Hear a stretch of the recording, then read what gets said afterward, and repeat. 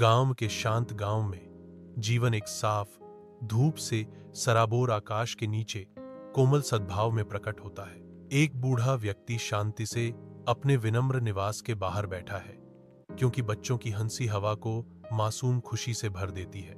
बिना किसी चेतावनी के आकाश गहरा हो जाता है, गांव पर एक छाया डालता है, क्योंकि अशुभ बादल जमा होते हैं, एक आने वाले तूफान की शुरुआत करते हैं। बाढ़ के पानी से गांव डूबने के कारण मूसलाधार बारिश गांव को तबाह कर देती है, जिससे उसके निवासी फंस जाते हैं। बाढ़ के बीच बचाओ बचाओ की हताश चीखें तूफान को भेदती हैं, जो तबाह सड़कों से गूंजती हैं।